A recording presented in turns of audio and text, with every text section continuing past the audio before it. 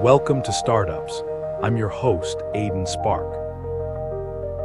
Today on Startups, ever wonder what it feels like to have your dreams crushed, even after a billion-dollar win? Today, we uncover the shocking truth of how Mark Cuban's visionary broadcast comm was stifled, and the crucial lesson he learned about protecting your ideas at all costs.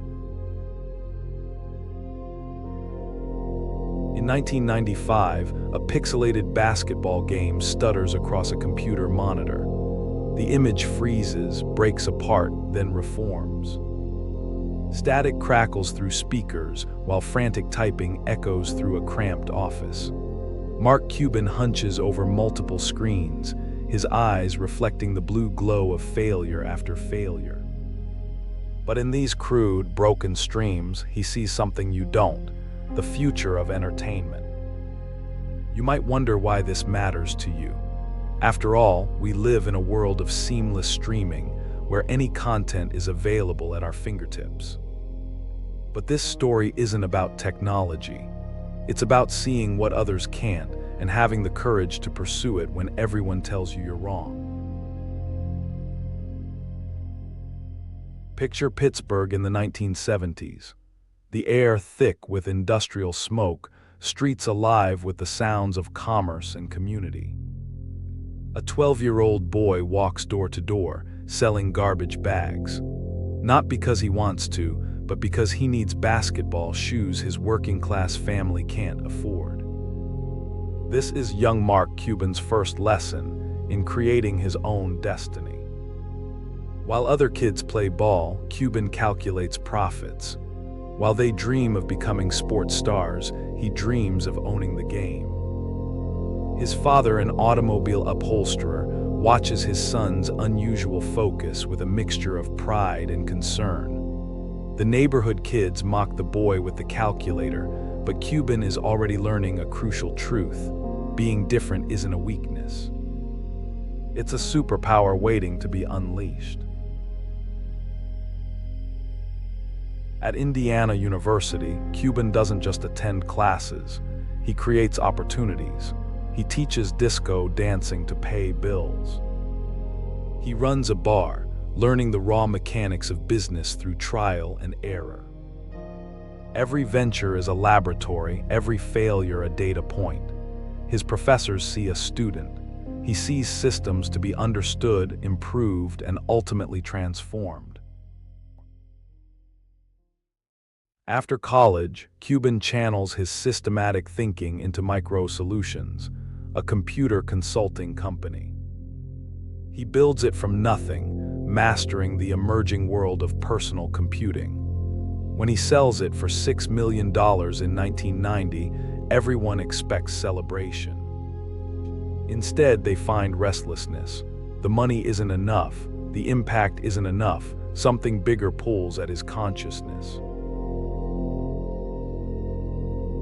Late one night in 1995, Cuban sits before his computer, watching the internet slowly load a sports score. In this mundane moment, lightning strikes.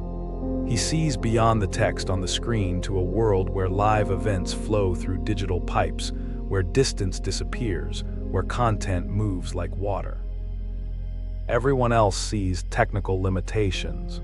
Cuban sees the future of human connection.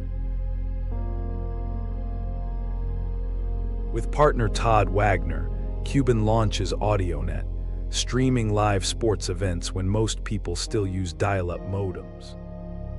The office becomes a war room, servers overheat, code breaks, investors laugh.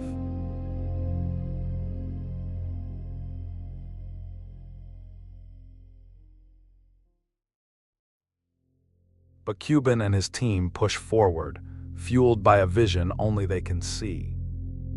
If you're enjoying Startups, please like, subscribe, and scan the QR code for our free 7-day email course, Become an Innovation Engine. Steal exact frameworks of billion-dollar breakthroughs like Netflix and Tesla. Now, back to the episode.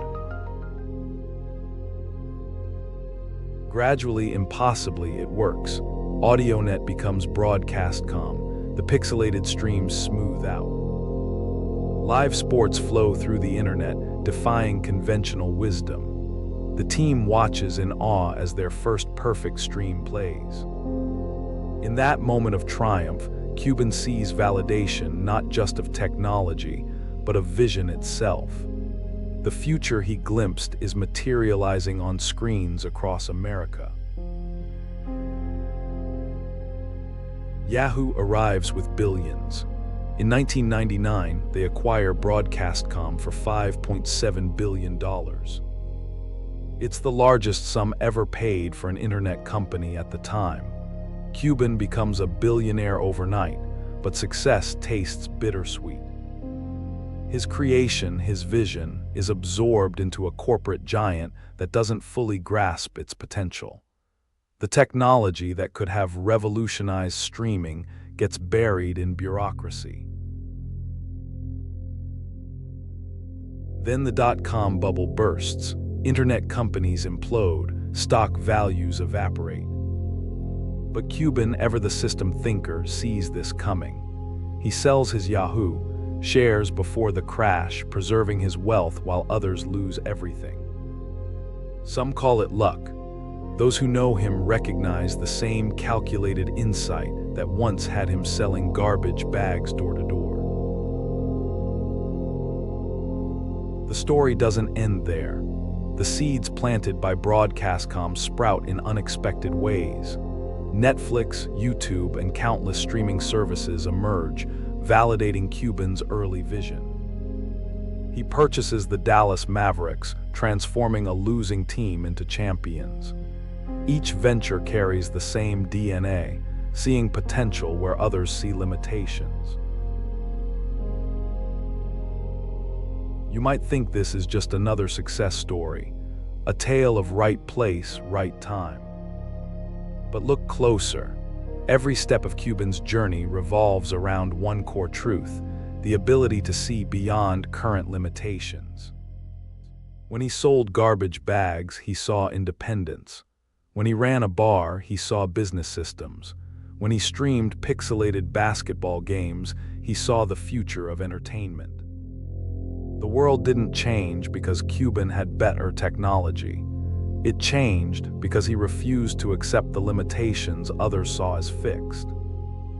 He didn't just think outside the box. He refused to acknowledge the box existed.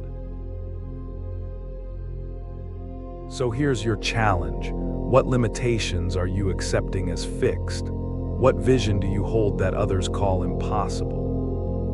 The next time someone tells you it can't be done, or that's not how things work, remember the pixelated basketball game on a struggling computer screen. Remember that every flood begins as a single drop, every revolution as a simple idea. Your vision, no matter how impossible it seems today, could be tomorrow's reality. But only if you have the courage to pursue it when everyone else calls it a pipe dream. Because they don't know what Mark Cuban knew. A pipe dream, pursued with relentless determination, can become the flood that changes everything. The question isn't whether you have a world-changing vision. The question is, will you have the courage to pursue it when everyone else says you're wrong? On the next episode of Startups, Mark Cuban saw opportunity in the rise of the internet, but what about those who saw opportunity blooming in the heartland? What if I told you the next story is about someone who didn't just ride a wave of technological change, but created a tsunami in small-town America?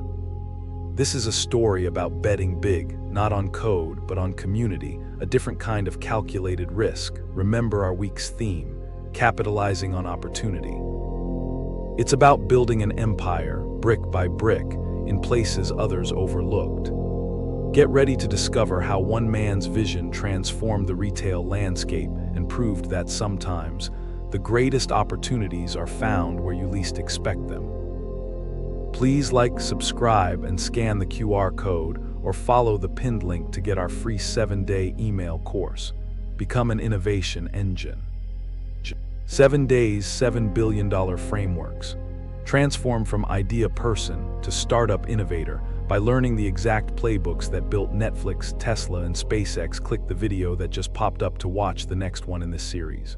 Or for episode summaries, behind-the-scenes info, and more, go to daily8.com/su.